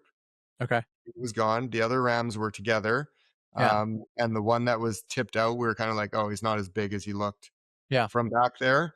But Yeah. we couldn't find the big one. He was like, The we big were like one. looking Yeah. for the group everywhere, couldn't find him, ended up Yeah. glassing. So he was on this kind of like face. Was And then that like medium one? Was he legal and you were just we like, never you we know what? never Or looked close enough okay. at him. Yeah. He was a ram. Even if he was, Yeah. I don't You're know just if I like, I would don't have want to. shot him. Yeah. Yeah, he was a younger ram for sure. Yeah. So, Exactly. um, at that point, I would have rather waited and then hunted the last week of the season, come Yeah. back and hunted it Exactly. kind of Yeah. lower down. So, um, yeah, the bigger ram disappeared, and we're like, well, we obviously still want to see him, like to see what Yeah. he looked like. And so, anyways, had been on a face. He left the group, wrapped into Hmm. this next bowl, and there was a bunch of avalanche shoots, and he Yeah. ended up feeding in there by himself. Hmm. So Yeah. we glassed him up. We found him by himself. And at Yeah. that distance, we were like, oh, that ram is nice. Like that's Yeah. actually a good ram. He's pretty tipped out on his one end. His other end is Yeah. broomed off. And Yeah. so we that night we just burned. We actually bumped Mhm. into another grizzly after that. And Yeah. I sat to glass and Emery wanted a different angle. So he went lower. We only had one Yeah. gun. He didn't even have a gun with him. And he got into some thick timber. Lightweight, man. Dude, yeah. He just heard a huff and branches breaking, and Yeah. he's like, "Cole, get over here!" And then he just came running up to me. He's like, "Yeah, there was a grizzly bear." I mean, maybe it was a Oh. black bear. We never saw it, Yeah. but Yeah. where we're hunting there, most likely grizzly bear. So, Yeah. anyways, that took off, and then we actually found a spot where it had been hanging out. The ground was Mm. just tore up, like digging Mm. roots and Yeah. stumps and stuff. So, anyways, we worked out, and then we got up onto another ridge, kind of the Yeah. edge of that finger ridge, which went into the bowl that the ram was in. So we got onto Exactly. that edge, so we could see all the rams basically from from camp pretty much. Mhm. So we didn't have a fire that night, nothing. We just set up camp Yeah. where we could, and we glassed him up until dark. So we Okay. watched him, and we got like not quite level with him, but close Okay. enough that, as he's feeding, his head's turning. So we got some good video of him. Yeah. And that night we confirmed legal. I also luckily had service there. So I was Yeah. able to like send pictures and videos to a lot more Some experienced sheep buddies. hunters Yeah. in there. Yeah, Yeah. some guys that know the area really well. Yeah. The one guy called it when I told him we had seen sheep. He said, "Oh, probably right here," and sends me a pin. And I was like, "No, they're actually on this other face." And Yeah. but when the ram disappeared, he ended up literally like On where the the guy face he's sent me the talking pin. about. Dude, yeah, That's like right on wild. it. I was like, "Okay, this is Yeah. awesome." So Yeah. he was like a huge help, that guy, in just Sweet. even in just like determining legality of the sheep and stuff. Yeah. So yeah, sent him some videos and pictures, and he was like, "Yeah, dude." He's like, that ram's he's clear, good to go. Like you Yeah. can shoot that ram." Because again, even at this point, I had only hunted mature zone Mhm. mostly, and so That's a good like point. Yeah. trying to tell a full curl from a mature, Yeah. I'm like, on a Rocky, I'm like, like what am I? I mean, I know what I'm looking at, like I Yeah. know in my mind, but I haven't really experienced it, right? So Mhm. it was really Yeah. good to have a Emery and then this other guy available through message uh, on just Yeah, determining exactly. legal or not. So yeah, And they were just a like, peace of mind too, right? Just to like know, yeah, because exactly what you were saying before, you're like the last thing you ever wanna do is be yeah, like, "Oh, yeah, shoot, this isn't absolutely. what I thought it This was," right? isn't So, legal or whatever. So yeah. that's so the next morning we got up and we glassed the ram, tried to oh, you froze up. There you go. Tried to put him to bed. And so Yeah. there was about 3 or 4 avalanche shoots Okay. in a row. And he had been in one the first night. He had moved over the next one and went into the timber on the far one. So he Yeah. had one more shoot. He actually came out on the very last shoot Mm. that day. And if he kept going around, Yeah. he would have just been in cliffs and we Yeah. wouldn't have been able to get this ram. So we were Yeah. praying pretty hard that he stayed in Yeah. those shoots. Yeah. And so yeah, we glassed him. He went into he the last few times we had seen him, he had gone in and out of the same chute and timber. Mm. So we're like, Yeah. okay, he's in the timber. He's going to bed Yeah. down for the day there. It's whatever. I mean, it was only like 8 o'clock at the time, but we're like, he's Yeah. going to be on that chute. So Yeah. we work through the bowl all the way up. Yeah. And our plan is like, we have to get above him because of the wind. Yeah. It's going to be ripping up. So I'm like, we're Yeah. going to get up. We're going to get in that slide that he's been coming in and out of. And Mhm. we're just going to wait. We're going to sit there Yeah. and wait. He's going to walk out. And we're going to shoot him at 150 yards. Yeah. Like, no problem. Perfect. And so we get one slide short of where he is. Yeah. And, during our whole time getting around to him, we can't see the Mhm. slides. So Yeah. we didn't have eyes on him. We were just hoping he stayed in that timber. Anyways, turns Mhm. out he had come back through that slide into the next timber, Yeah. into the next slide. We didn't Yeah. know that. Yeah. And I'm standing there. We're like kind of just like getting our composure, getting our breath, being like, Yeah. okay, we have to go another 150 yards and Yeah. we're sitting for the rest of the day until this thing comes Exactly. out. Yeah. And so I'm standing there facing uphill. Emery's sitting looking down at me. Yeah. And all of a sudden he just goes, ram, ram, right there. And I turn around and this ram's like 100 yards. And No he was by way. himself. We knew it was Yeah. him. We could Yeah. tell it was the same ram. So Yeah. I got my full pack on. I got Yeah. everything I had. Didn't even take anything off.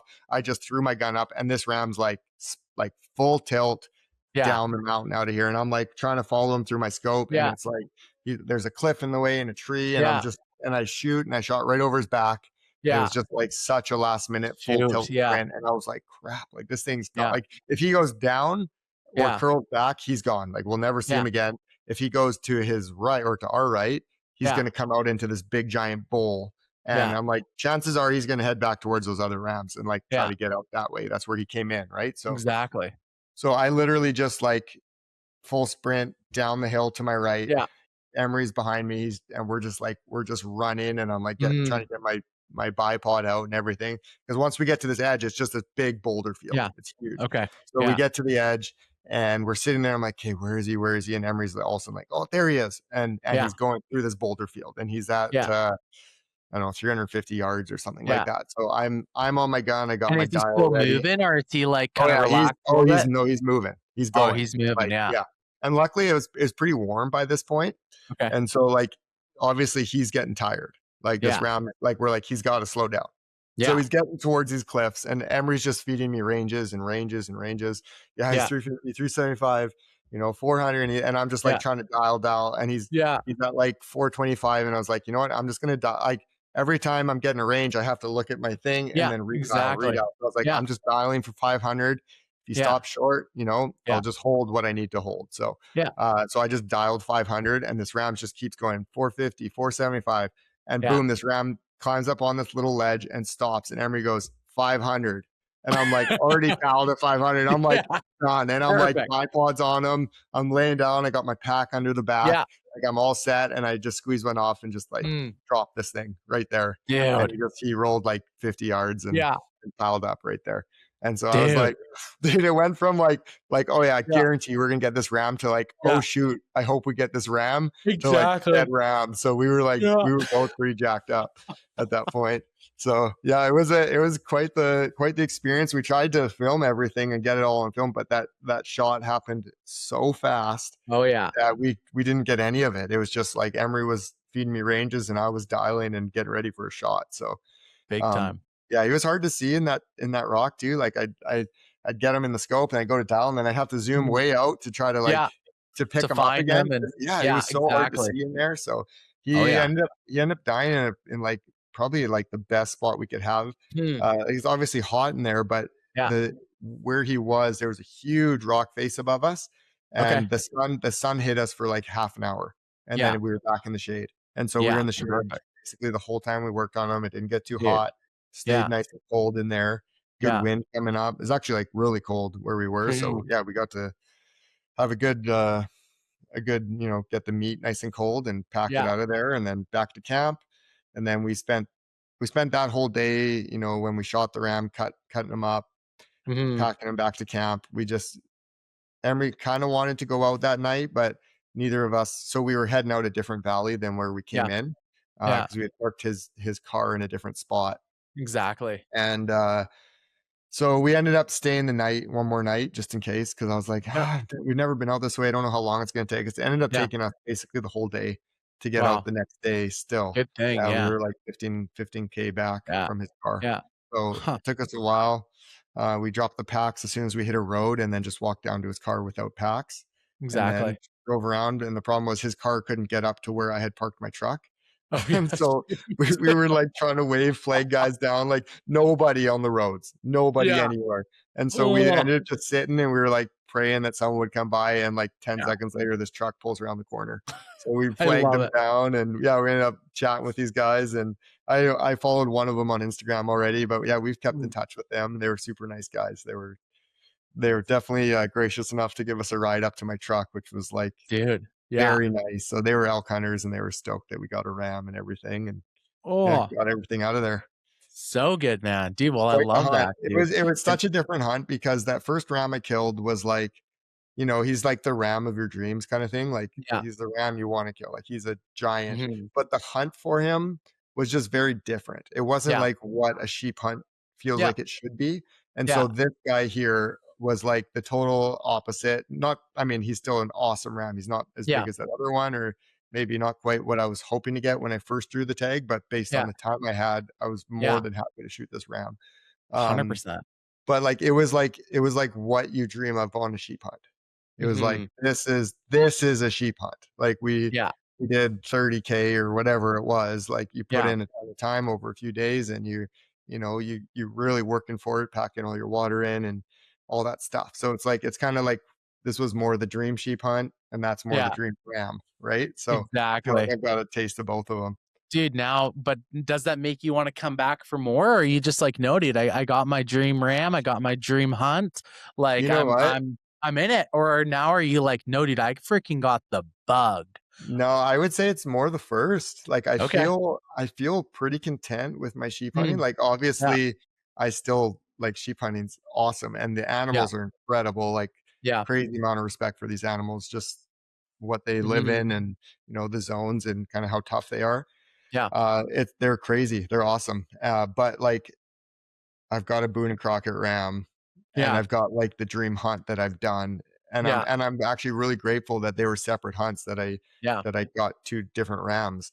Mhm. But I feel like it's kind of my whitetail addiction's just a little Mm, too strong, and I'm like, if I yeah, can put a little more time in for whitetails, like, I kinda wanna keep going yeah, for whitetails now. Not that, dude. like, Well, I love that. I'm definitely not bad talking sheep at all. I love them and so much respect for them. They're like I Yeah, said, they're incredible animals, but I definitely, got that sheep bug, but I'll grab this guy quickly. yeah. Pull them on up, dude. And this year's. This is this year's, yeah. Wow, So I he's love pretty heavy that. broom on this side, Yeah, but he's a very nice. He's heavy. He's got a really yeah. deep curl. Like he comes Oh, way down. yeah. So he's Freaking quite like awesome, he's man. legal. He's almost up to the top of the eye socket there, but Yeah, he's a beautiful ram. dude. Nice work, man. He's heavy. Yeah. Yeah. Well, Oh, freaking awesome, dude. I love that. I love that. it's Dude, well, how good. much do you got? Are you Oh, rushing out of here? Or? no, I got probably another half hour would be. Well, dude, well, I want to hear a little bit about this whitetail addiction. And I Yeah, think in man. addition to this whitetail addiction, Yeah. tell me about the camera game as well. Okay. Because I know Sure. that that's another thing that you're very passionate about is Absolutely. running cameras, and that goes beyond obviously whitetail. But I feel Yeah. like, especially in a whitetail context, Yeah. it's pretty prevalent. Tell me a little Yeah. bit about that. Yeah. Whitetails. Like I said, mule deer hunting was my thing. Yeah. Is what I did and what I love. Mhm. And then like I said, I shot some good ones, and I was kind of Yeah. getting to the point where I was like, okay, like if I'm shooting a mule deer, it's 180 plus. Like that's Yeah. kind of like where I'm at with mule deer. Yeah.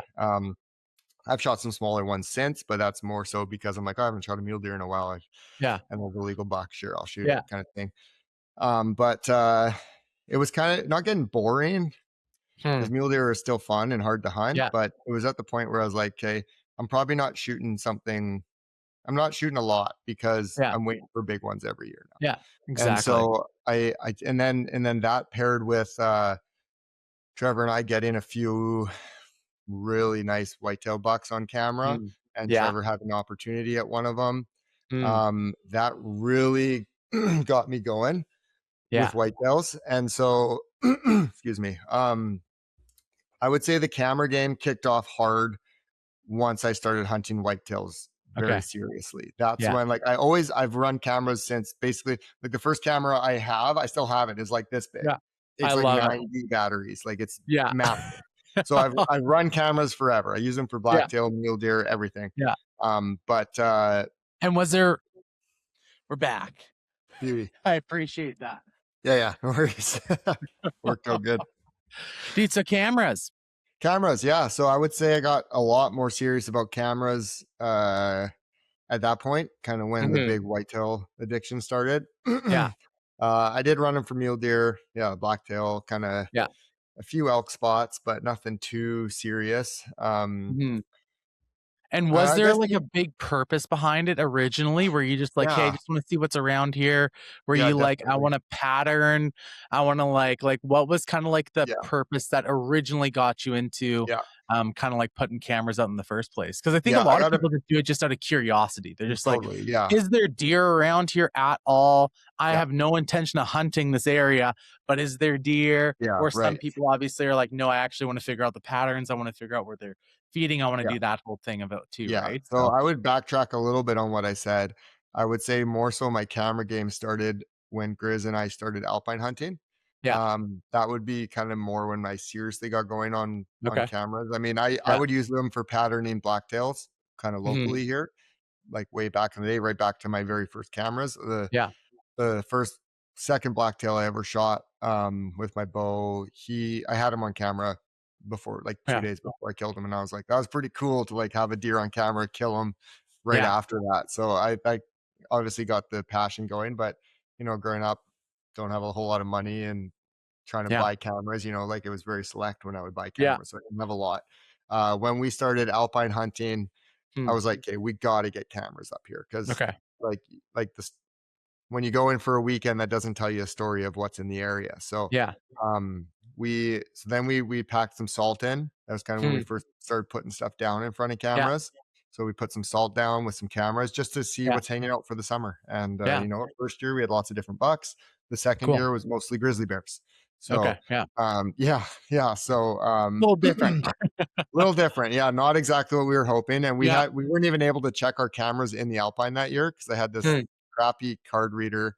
This hmm, was before, maybe not before, but I didn't have an Apple card reader at the time. yeah.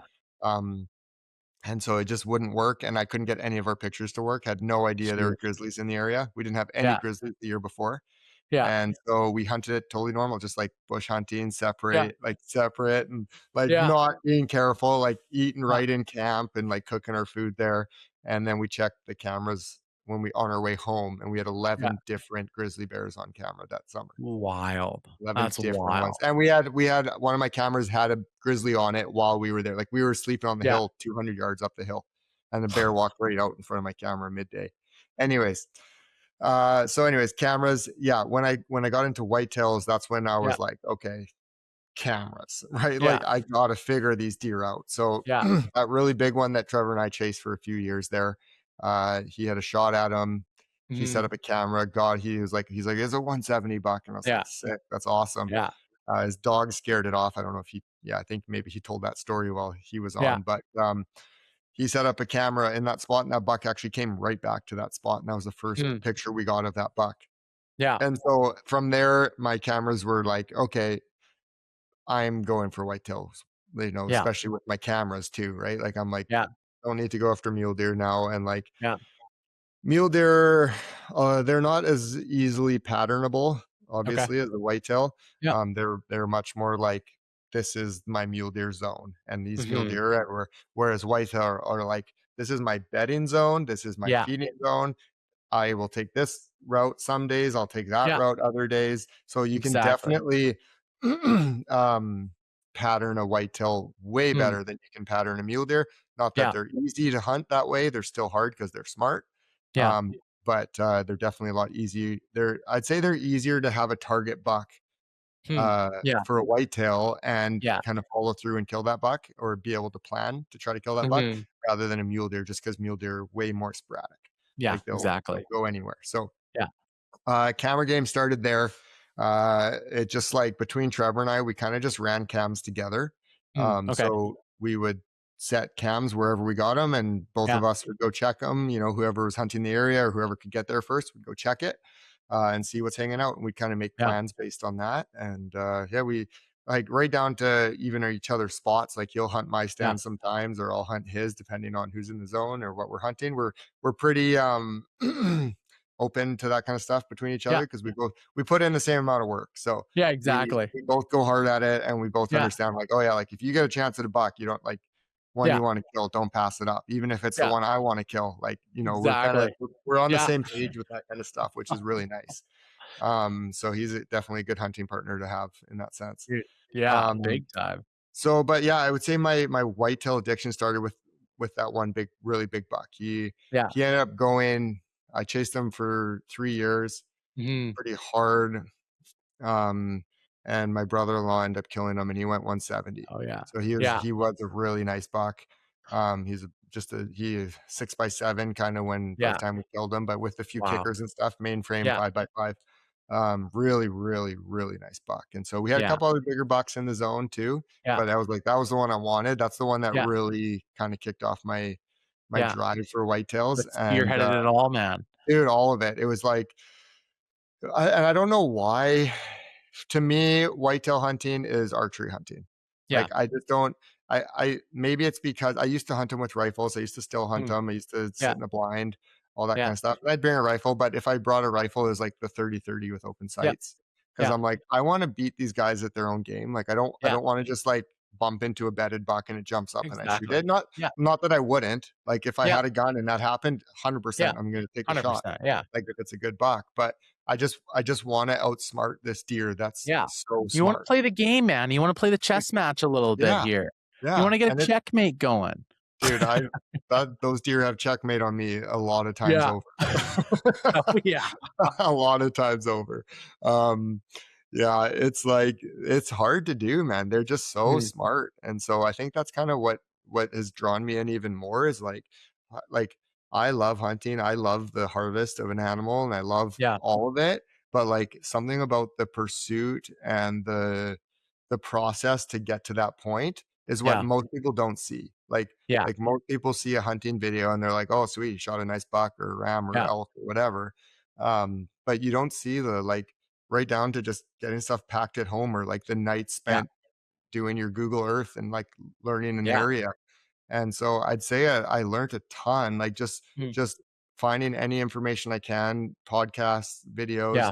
stuff like that on whitetails. It's hard because we're hunting mountain whitetails here. Like we have Yeah. some areas where we get the lowland and we get some Yeah. farm, fields and stuff that you can Mhm. hunt whitetails in BC. But a lot of our BC whitetail hunting is mountain whitetails, and Yeah. they're still whitetails, but Yeah. there's differences in how you got to hunt them because Okay. they're in my opinion they're that much smarter because they Yeah. have to be because of Yeah. predators, Exactly. hunters, like everything. So Yeah. the wind is like key on these whitetails. They're like Yeah. you have to have the proper wind to hunt these bucks, and if Yeah. they get a scent to you, they like I had the big buck that my brother-in-law ended up shooting. Yeah. I had him basically every single day on my camera and Mm. Yeah. daylighting all the time. Yeah. I had does every day. I had him Yeah. just about every day daylighting, and I was like, Yeah. I'm gonna kill this buck, like Yeah. no question. I Yeah. sat in there the first day. He went. I must have had a bad wind. Mm. I wasn't as uh, careful with my winds back then, Yeah. and I must have had a bad wind. He got a scent of me, and Yeah. he went completely nocturnal in that spot. Every Huh. night, he would pass by twice. He'd come Yeah. down from his bed, which I this Yeah. is kinda how we ended up killing him. He'd come down from his bed, he'd pass at, like, it's dark at 5, he'd Yeah. pass at 6:30, and Yeah. then he would come back at about 3 AM Yeah. every night. Going this Yeah. way at 6 PM, this way at 3 AM. And so I was like, Exactly. "Hey, I know where he's bedding now." Like Yeah. in a sense, like, okay, he got me. He figured Yeah. out I was here and I'm hunting and he won't come Yeah. in here in the daylight now, but I Exactly. now know where his bed is. Yeah. So I knew his bed was higher on the mountain, so I just kinda Mm. pushed another I think I went about 6 or 700 yards up the hill and Okay. reset up a spot, and that's where my brother-in-law ended up killing him the one Wow. day I Yeah. wasn't sitting it. Yeah. So, yeah, so, um, yeah, it's just like that pursuit and that, like, Hmm. trying to outsmart them. It's hard to Yeah. do. It's hard to do, and I'm making it harder on myself by only doing it with a bow, but it is Yeah. what it is, and, that year I passed up 4 bucks that all would have been my biggest whitetails. I've Yeah. and I've I've I've killed some, like, okay whitetails. I Yeah. wouldn't say I've killed anything that's big, but I Mhm. I want a big whitetail, like, that's where Yeah. I'm like, I've killed big mule deer, I've killed some really nice Yeah. elk and big ram and really nice goats too, but it's like mule deer is like or sorry, whitetail deer is Yeah. they're It's the getting one me, that's man. feasting right now. Yeah, they're getting me, and they're Yeah. and they're hard to kill, so cameras are, like, game changer. Yeah. I know I'm hunting, like, this zone, the spot, Yeah. it's pretty long, and so Yeah. just trying Yeah. to, like, nail it down and where these bucks like to be certain times of the Mhm. year and where you can hunt them, so, I've got cameras strung out all over the place there. Yeah. They're everywhere. Yeah. They're Oh, everywhere. like I said, I was fascinated by your guys' program. Yeah, Like, I was like, "These guys got a program, and right. it's pretty wild." Yeah, And there's a lot of work, and I think that's the big thing too is like, hey, so much of the stuff that you guys and the work that you guys have put into these different zones, it's all been done prior to the season. And I think right. that's like a big thing for like people Mhm, like they think like, hey, whitetail hunting, you can just kind of slop a stand up and in a mhm. pinch point and like, hey, eventually someone's gonna kind of like walk by, right? But Yeah, man, like you guys have put a lot of freaking work in, yeah, and it just even goes to showing that chess match that you yeah, guys are playing. And you told me the story about obviously the buck that got away from you. yeah, But like that was a couple years you were saying that you were like chasing that thing too, mhm, right? So I yeah, think that that whole pattern side of it and like the pre-work that happens before the season and the yeah. cameras and everything like that, like it makes sense why you guys are so addicted to that. Yeah, Because it totally. feels also like drastically different. Like you're not necessarily doing that type of program with sheep. You're not No, necessarily doing that type of program with like with really anything else in British Columbia. no. But like whitetail, it's like you can do that program and it's a You different can. man.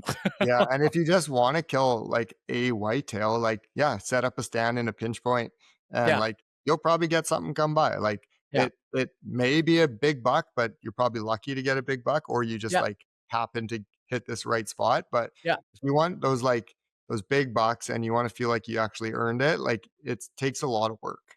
And I Mhm. think a lot of people don't realize that with whitetails. It's like mule deer, you just go push some bush and bump into a mule deer and shoot it. Yeah. You can do it with whitetail. You can. I've done it for a lot of years and haven't killed a big one. So I was like, hey, I got to figure out something new here and Yeah, figure a way. And when I exactly. started tree stand hunting, um, just the amount of opportunities that came up where it's like, oh yeah, I could kill that deer, Mhm. skyrocketed. Yeah. Like the one of the first sits I ever did in a tree stand for Mm. whitetail. This was a mix of whitetail and mule deer, but I had 21 deer in one day Wow. come Wow. by. Yeah. 21 deer. And like Yeah. some of those were there's I think 2 or 3 of those were like pretty like what would have been biggest bucks for me that I'd let Yeah. walk. Yeah. Um and so it's like just the fact of getting up in a tree, getting out, getting a deer to feel comfortable Yeah. in a zone that you can shoot when they don't know you're there.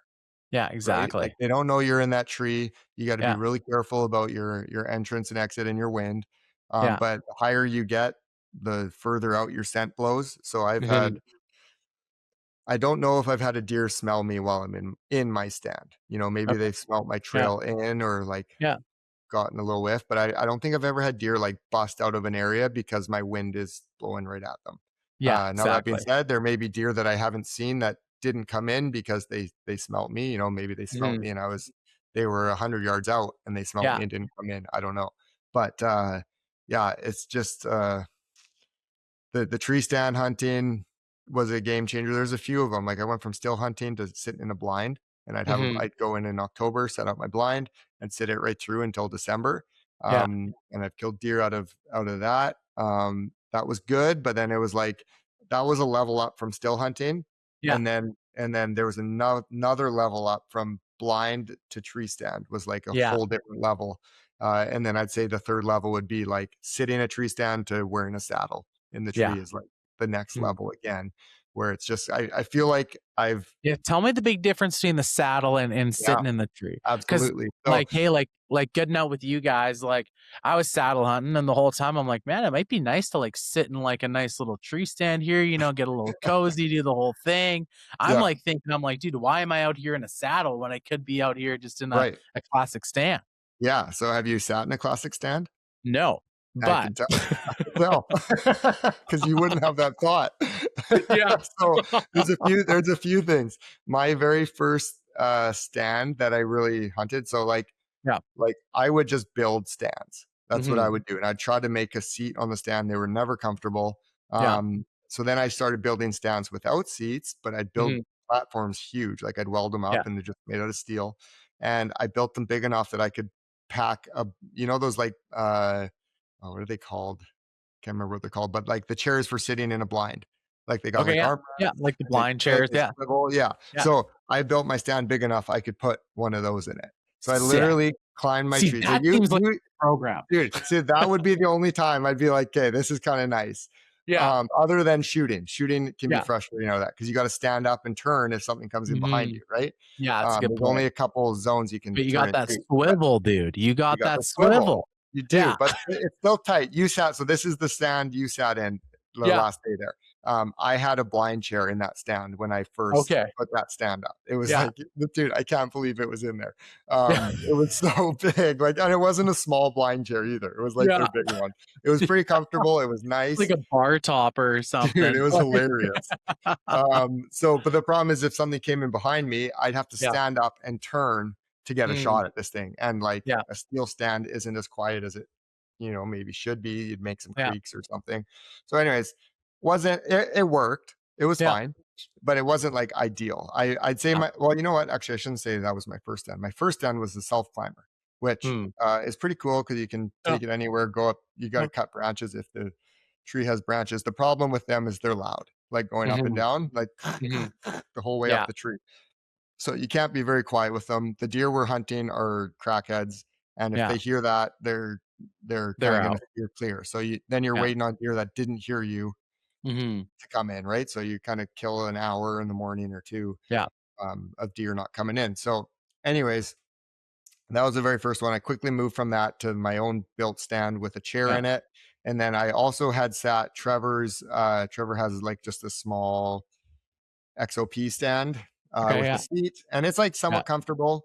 The problem is you're kind of at the mercy of the angle of the tree behind you. So Hmm. you set it up on a tree. If that tree is dead straight, your Yeah. backrest is like you're sitting whatever Yeah. angle that tree is, that's the angle of your back That's what you're when sitting you're at. when Yeah. you're rested. So Yeah. if you want to sit like dead straight for a while, Yeah. um, sleeping like if I don't, I mean, I sleep in the tree all the time. Like I'll have Yeah. little naps here and there. That's pretty hard to do because so now Yeah. you're wearing a harness out the back. You Yeah. have to have that harness tight. So if you Yeah. sit in the stand with a loose harness, Yeah. and you doze off, then you're like, you Yeah. can kind of fall either way. Not that you're going to fall out of the stand, but it Yeah. takes a while to catch you. So you actually want that harness as tight as you can get it Yeah. so that you can lean and have the harness hold you. Yeah. So that's the Exactly. only way that you can really be comfortable, in my Hmm. opinion, in a stand like that is that harness sucked tight. And then you Yeah. actually lean in and it's holding you across your Yeah. shoulder straps. Exactly. So that's Huh. okay. That's Yeah. fine. Trevor actually was the first one to get a saddle. And at the time Yeah. I was kind of like, oh, that's lame. Like, Yeah. that's kind What are of you dumb. doing? And Yeah. what do you do? So, but he lent it to me. I used it on one hunt, two hunts, and I ended up Yeah. the second time I ever wore it, I shot a deer while I Yeah. was wearing it. And Okay. I just remember being in the tree and being like, I'm way more comfortable. My Yeah. butt's warmer because I now Huh. have another layer on my butt Yeah. and it's like holding me tight, like you get so my butt was warmer. I was way more comfortable. I run Mm. my bridge long Yeah. so I can stick my head in it. So Yeah. I can literally sleep in the stand for as long as I want. Yeah. Um And you and got those then knee pads. and you got yeah, that was what you were missing the first time, right? You got the knee pads against the tree. So you can go from standing really easily if you want to stretch out to Yeah. just sit back down in the stand and you got your knees against the tree and it's comfortable. And then the biggest thing for me was the freedom to shoot in the tree. Mm. So two Yeah. things, two two reasons I love the saddle more is now I'm shooting past my tree Yeah. instead of shooting away from my tree. So the tree's Yeah. now in front of me instead of behind me. I Mhm. like that for a couple reasons.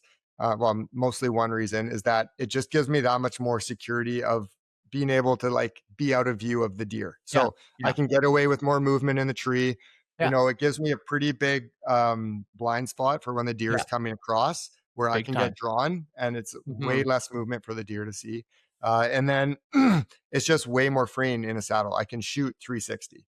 Mhm. Um, basically Yeah. 360. Whereas if you're sitting in a stand, you're on a small platform, depending on how big it is. You got to Yeah. now to shoot behind you, you got to stand up and you have to get completely turned around Yeah. with your bow, get drawn and shoot. Whereas a Yeah. saddle, I can just like twist and I'm there. Yeah. And it's not, Yeah. and it's dead quiet. It doesn't make any sound.